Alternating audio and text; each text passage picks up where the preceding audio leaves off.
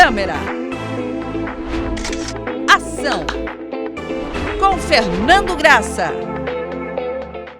Bem-vindos à coluna VIPs do programa Luz, Câmera, Ação, aqui para as lentes da Record News. Hoje vamos receber aqui nos estúdios o comandante Pinheiro, especialista em marinas e portos. Vamos saber tudo sobre a nova marina em Florianópolis, sobre os portos em Balneário, Itajaí e muita coisa nova vindo por aí.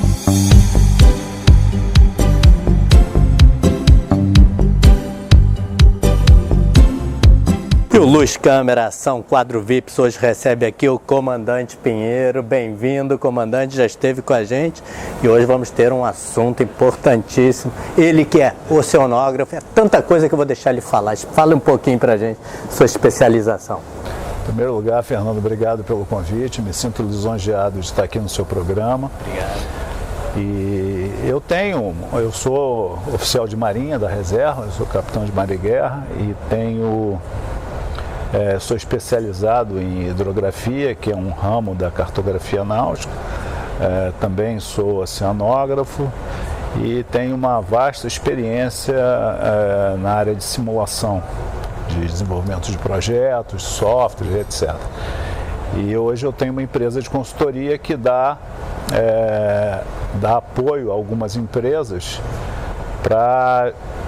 no que tange a projetos de engenharia para portos, terminais, novas operações de navios, canais de navegação, sistemas de balizamento náutico, dentre outras coisinhas. E é por isso que o comandante está aqui hoje, porque a primeira pergunta já vai direcionar bem o motivo dessa entrevista, né? Desde que eu venho morar aqui em Florianópolis, eu ouço falar numa marina, que é exatamente perto de onde eu estou morando, aqui na beira-mar. Essa marina sai? Qual é a perspectiva disso, comandante? Bom, em primeiro lugar, a marina ela é uma mudança de linha, de norte aqui que a ilha vai passar a ter, né? Ela já está com, segundo as informações da prefeitura, com o edital aí, já deve estar na fase final de definição do vencedor, né, da concorrência, que é uma concorrência internacional, e ela vai abrir um número grande de opções, principalmente aqui na beira-mar, que a beira-mar carece um pouco de atividades, né, para interação social, atividades de lazer, etc. Então a marina ela se propõe a ser um empreendimento que vai ter restaurantes, praça de alimentação, atividades infantis e uma série de outras coisas. Vai ter um pacote grande de vagas de estacionamento e vai propiciar a integração de modais, né? O que é a integração de modais? É você ter opções de deixar seu carro e pegar um ônibus, ou deixar seu carro e pegar uma bicicleta, ou chegar no seu barco, atracar na marina, usar um desses transportes, seja táxi, seja bicicleta, seja o que for. Então essa integração de modais também é uma nova vertente da cidade, que eu enxergo assim com bons olhos, porque em cidades, por exemplo, como Rio de Janeiro, São Paulo, existe muito já esse tipo de integração de modais, em relação a metrô-ônibus, né? E outras coisinhas aí. Então a gente tem ali um pacote grande, vão ser mais de 600 vagas para barcos privados e 60 vagas para barcos públicos, né? Barcos assim da Marinha, Prefeitura, Polícia Federal. Existem uma gama de organismos do governo que dispõem de embarcações e essas vagas provavelmente serão alocadas para ela, porque boa parte da marina está usando o próprio mar, que é da União. Então, essa utilização do mar, ela tem que ter algum tipo de contrapartida por parte do empreendedor. E uma outra linha que essa marina pretende abranger com relação à parte de ser um terminal para transporte marítimo na cidade. Apesar da janela de prontificação dela ser da ordem de 5 anos, já se pode começar a planejar alguma coisa nesse sentido. E uma grande curiosidade do público que sempre me pergunta, e minha também, como novo morador aqui da ilha, né? É por que nós temos esse mar que nos cerca e também o continente e não se investe em transporte aquático. E cada vez mais o trânsito está caótico aqui dentro da ilha, na ponte e no continente. Essa resposta ela é bastante complexa, ela tem um grau de difusão muito grande, porque existem dois aspectos, no meu ponto de vista. Existe a falta de vontade política, porque com vontade política se pode fazer praticamente tudo. E existe um aspecto cultural, a meu juízo, que desde que eu cheguei aqui eu fiquei impressionado, assim, porque eu estou há 11 anos aqui na ilha e eu observo que existe um certo culto à ponte, né? É quase que uma coisa ecumênica, né? Existe uma veneração por aquilo, pela ponte, a ponte. Só se fala em ponte. Quando se fala em melhorar o trânsito, se fala em construir novas pontes. E, na verdade, essa solução é uma solução que não vai resolver o problema.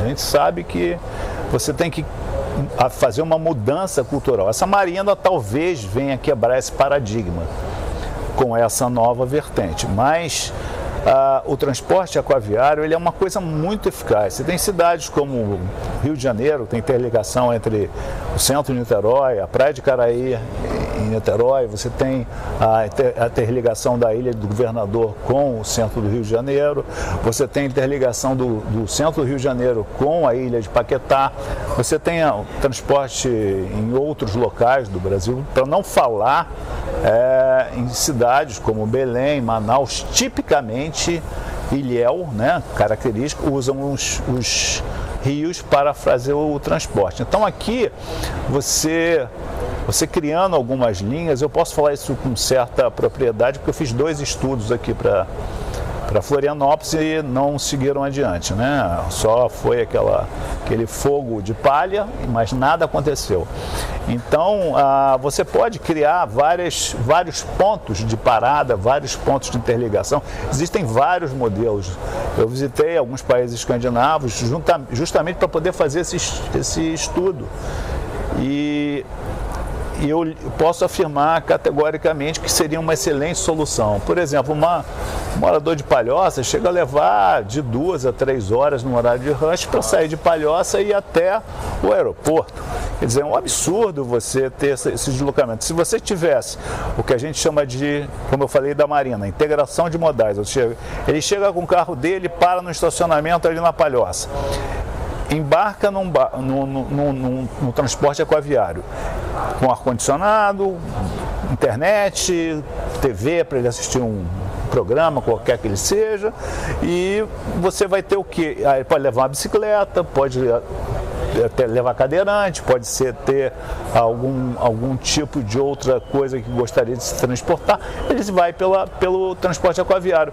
E em 20 minutos ele vai estar já aqui na ilha, próximo do aeroporto, e aí ele se integra com outro modal, que pode ser um micro-ônibus, pode ser vans, pode ser várias coisas, e chega ao aeroporto com uma certa facilidade. A gente já faz isso quando deixa o nosso carro no aeroporto e acaba usando uma van para se transportar. Quer dizer, são coisas que as pessoas têm que se adaptar e enxergar essa nova realidade. Como eu disse, é uma quebra de paradigma. Então você tem hoje essa vertente ainda persistente de olhar a ponte como uma solução. E não é a solução, entendeu? A gente vê em vários lugares ao longo do mundo que a solução não passa por aí. Tem que abrir um pouquinho mais a mente, né? E também essa quebra política, né? Sabemos aí que o transporte de ônibus domina, impera, mas o que tem que prevalecer agora é o mar, gente. Esse mar está parado, eu olho, nenhum barco passando e o trânsito caótico aqui das pistas.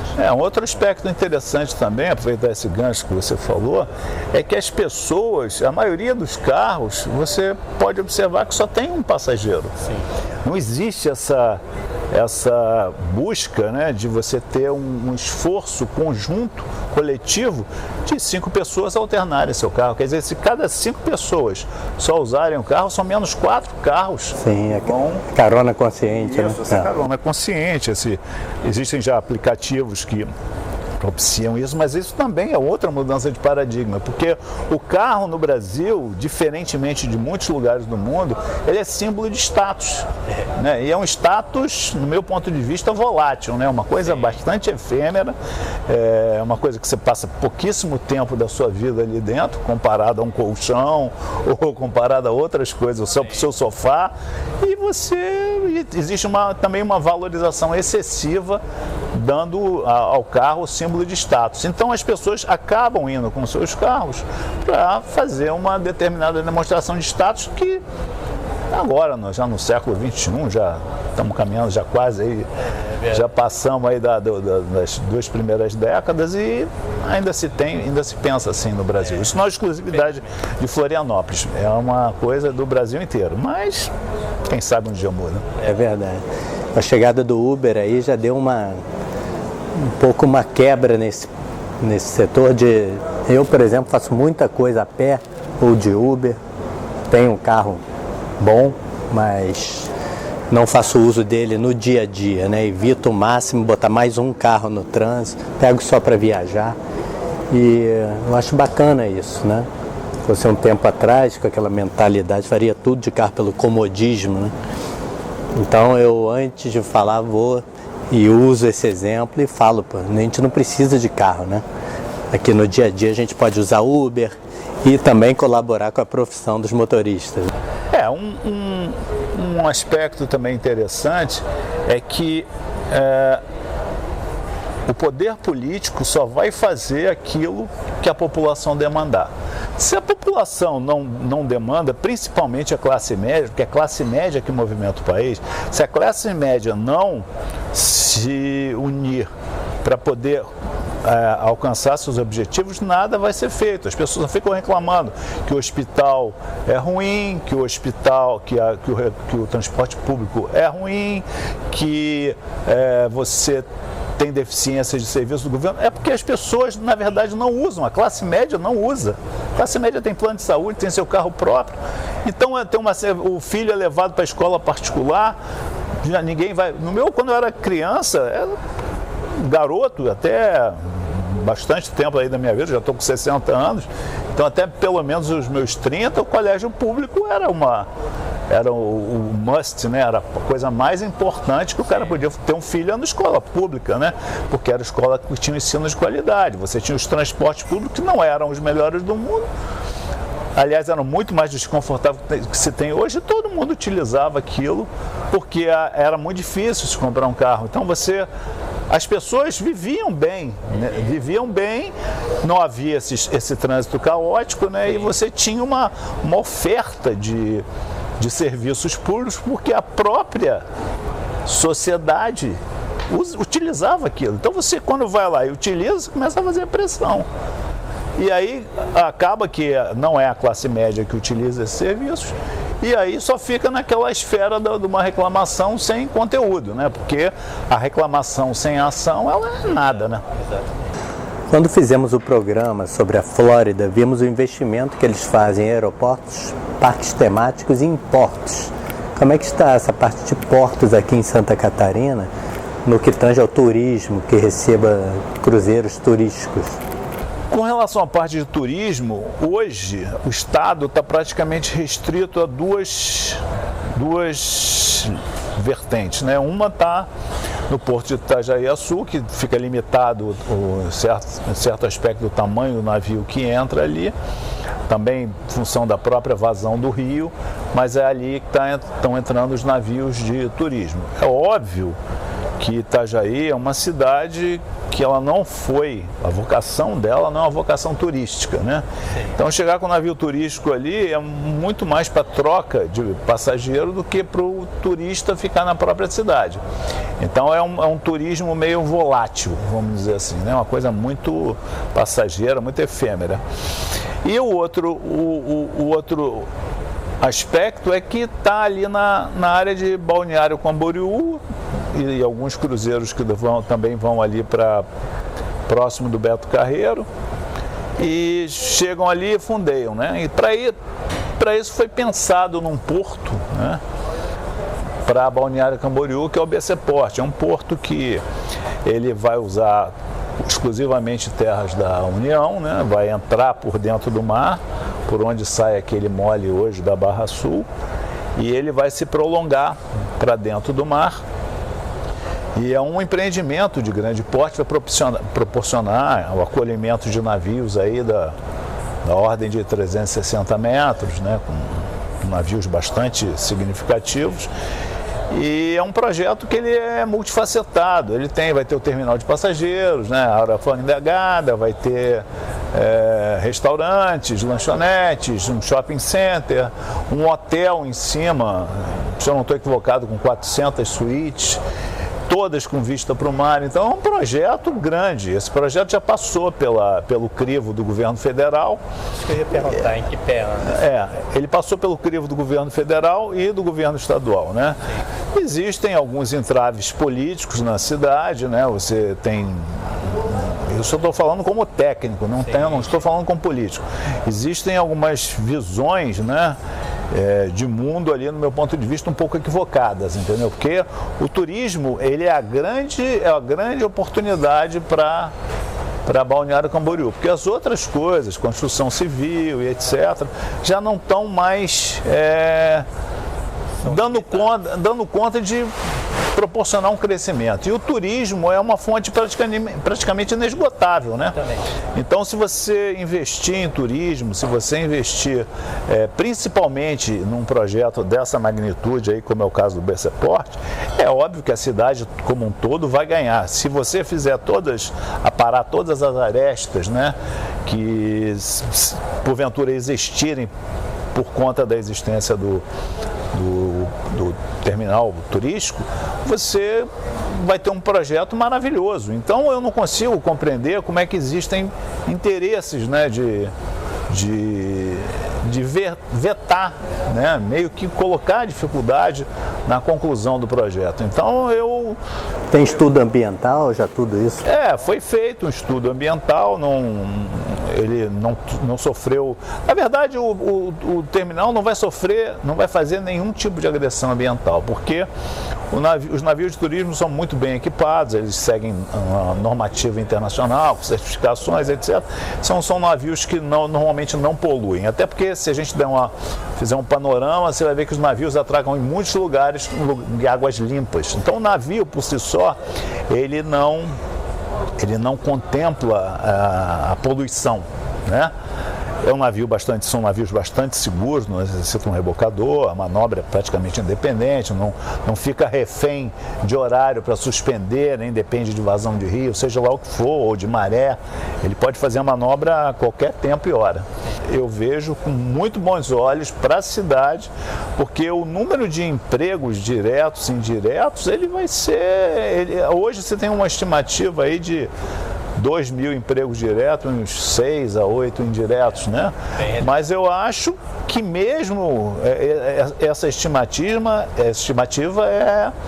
é bastante conservadora, porque se a gente começar a colocar o surgimento de novos negócios, novas oportunidades que desdobram em novos negócios, novas oportunidades, isso aí tende a ser uma coisa que vai levar a cidade como um todo para cima. Então, eu não consigo compreender como é que existem forças políticas e não políticas que se contrapõem a um projeto desse, que é um projeto limpo, um projeto adequado ao ambiente, né, e com a própria vertente que a cidade possui. Porque, como eu falei, Itajaí é uma cidade que ela não foi programada para ser uma cidade turística. Já Balneário, como o próprio nome diz, Balneário Camboriú, é tipicamente turístico, é um balneário, né? Sim, esse é um assunto muito interessante. Cabe a nós vermos em que pé anda, né, e que entraves são esses. Vamos atrás, vamos falar com as pessoas e trazer mais novidades para você sobre o BC Port. Então, foi um prazer recebê-lo. Obrigado. E até já.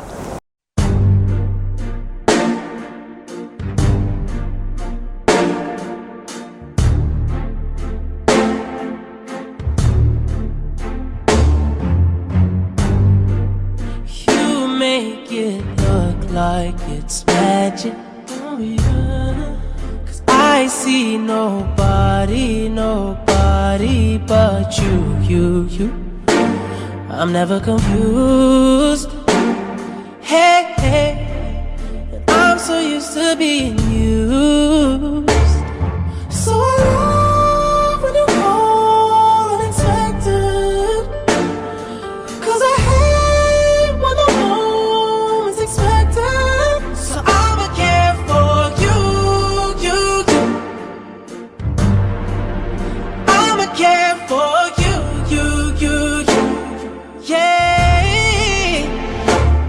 Voltei aqui para dizer para você que o Jazzinho tá com cardápio novo no almoço, café da tarde e jantar. Tá fenomenal. Já vou comer aqui enquanto estou aguardando o segundo bloco da gravação, que gravamos sempre aqui no Jazzinho do Beira Mar Shopping, Florianópolis. Luz. Câmera. Ação. Com Fernando Graça. Estou aqui mais uma vez com Larissa Fontana, um prazer recebê-la, Larissa. Eu que agradeço. Aqui no quadro VIPs, atendendo a pedido dos senhores e das senhoritas e senhoras, vamos tratar novamente do tema site de relacionamento. Vocês que estão muito em casa agora, só clicando, preste atenção, hein? Descobrimos um site, Ashley Madison. Sabe do que se trata? Do que será? Tem 50, não, já chegamos a 65 milhões de membros. Bastante. É um site lá dos Estados Unidos que tem uma força descomunal aqui no Brasil e nós vamos conhecer um pouquinho e saber do que se trata, o que rola por trás desse site. Você conheceu, esteve pesquisando, o que você pode nos esclarecer um pouquinho? Dentre muitas plataformas de relacionamento, essa plataforma é um diferencial, né? Que o objetivo é as pessoas, elas se cadastram em busca de relacionamentos extraconjugais. Ela já foge um pouco dos aplicativos, né, que a gente tem hoje em dia. Ela já é muito objetiva. São pessoas que são casadas, já têm um relacionamento sério e elas vão ali em busca, né, do sigilo. Em busca de uma relação extraconjugal, se cadastram ali, tem todo o critério e aí vão em busca, né? E aqui no Brasil é uma plataforma que ela tem atingido milhares de pessoas, milhões, né? É verdade. E os outros aplicativos não diferem muito, porém as pessoas usam perfis falsos, né? Pessoas casadas criam lá um perfil falso e acaba até enganando a outra pessoa. Eu acho que essa forma de transparência assim, é muito menos desonesto. Isso. E se eu não me engano, o site da Ashley, ela é muito mais criteriosa, né? Quando faz o cadastro, tem toda uma série de critérios para ser um site mais sério, né? Para não vazar ali ou ser uma coisa que não dê para confiar muito no que o outro está falando, né? Mas então, são super objetivos. Quem entra no site já sabe, né, que a pessoa tem uma relação e vai ser normalmente só um caso. E já tem ali na busca, você pode escolher por critérios, mulher comprometida procura homem solteiro ou homem casado, né? Tem várias opções. Isso. Tem para todos os gostos. E no consultório como é que é isso? Larissa, que é psicóloga, sexóloga, trabalha bem com isso, pode nos esclarecer o que a relação chega a esse ponto, o que a pessoa busca fora? Então, Fernando, a insatisfação sexual é algo muito frequente, né? E o que as pessoas, assim, o que eu percebo que buscam muito é o homem, normalmente, eu não vou generalizar, ele busca mais uma aventura sexual, é uma coisa mais sexual mesmo. Mas é claro que por trás disso tem toda uma insatisfação com o afeto, com a intimidade emocional também dessa relação. No entanto, o perfil das mulheres, quando elas buscam uma relação extraconjugal, é mais realmente por uma falta de afeto, por uma falta de atenção do parceiro, ela é mais emocional, geralmente, né? A gente não pode generalizar, mas é mais nessa diferença. Mas sim, a insatisfação no relacionamento, a insatisfação sexual, ela existe e é muito alta, né? Por isso que eu sempre falo, sempre existiu, né? sempre existiu. Hoje, muitas plataformas e aplicativos, enfim, elas estão dando um empurrãozinho ali para as pessoas, facilitando um pouquinho a vida nesse sentido, mas eu sempre prezo que isso sempre teve, sempre vai existir sempre, né? Mas que as pessoas, o casal de modo geral, sempre vai passar por momentos de baixa, de alta na relação, a vinda dos filhos, do primeiro filho, do segundo filho, a falta de emprego de um dos cônjuges, isso vai sim desestabilizar a relação. Então, haver sempre essa comunicação, porque quando há uma traição, há sim uma quebra do vínculo, uma quebra da confiança. E muitas vezes não temos mais como construir, né, novamente essa relação. Sempre alguém vai ficar mais machucado e aquela relação estável que o casal tinha, às vezes, não vai mais se estabelecer. E com relação aos casais que têm um relacionamento aberto, digamos, casais liberais, eles já têm uma outra forma de trabalhar essa questão do matrimônio, né? Então, para eles não seria bem uma traição, contanto que o outro esteja sabendo, né? Isso, contando que o outro esteja sabendo. Hoje em dia, eu percebo o grande número de casais que optam pelo relacionamento aberto. Às vezes, o perfil dos casais são casais mais novos e aqueles casais mais velhos que estão numa relação já há muitos anos e decidem mudar o contrato da relação. Desde que, sempre falo, né, Fernando, ambos estejam cientes e sabem das regras estabelecidas, né? Então, o casal tem que estar muito claro o que pode, o que não pode nessa relação que você vai ter. Só você que pode? Ou eu também posso, né? Então, é uma via de mão dupla. No entanto, ambos têm que estar cientes do que pode e o que não pode. É verdade, nós estamos até para fazer mais uma matéria sobre esse assunto. Estamos aguardando aí liberação ou não, se a boate vai funcionar para irmos a Balneário Camboriú, né? Tá todo mundo muito curioso. Todo mundo pedindo uma outra matéria lá naquela casa chamada Griffin, maravilhosa, apontada como a melhor do Brasil atualmente. E se formos liberados, iremos lá para gravar para vocês uma inédita.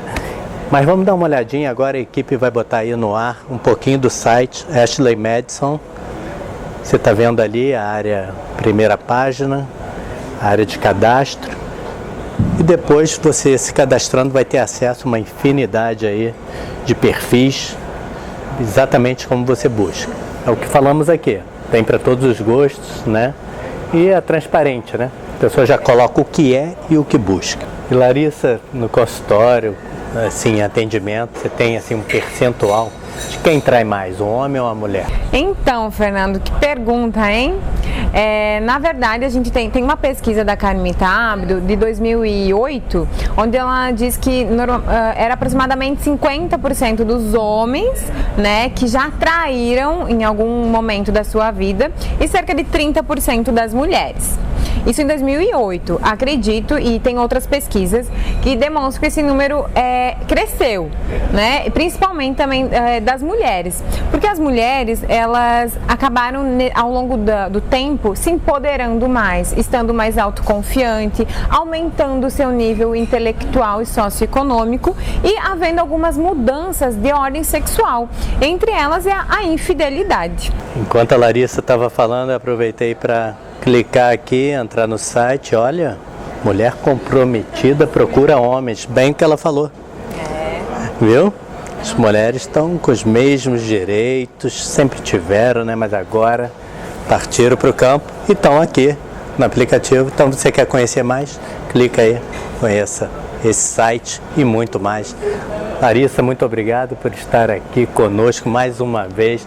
Vocês nos acompanhem, que estamos de malas prontas para onde, Larissa? Balneário, fazer uma nova reportagem com mais curiosidades, né, mais informações super quentes. Isso, não vamos contar, deixa eles curiosos.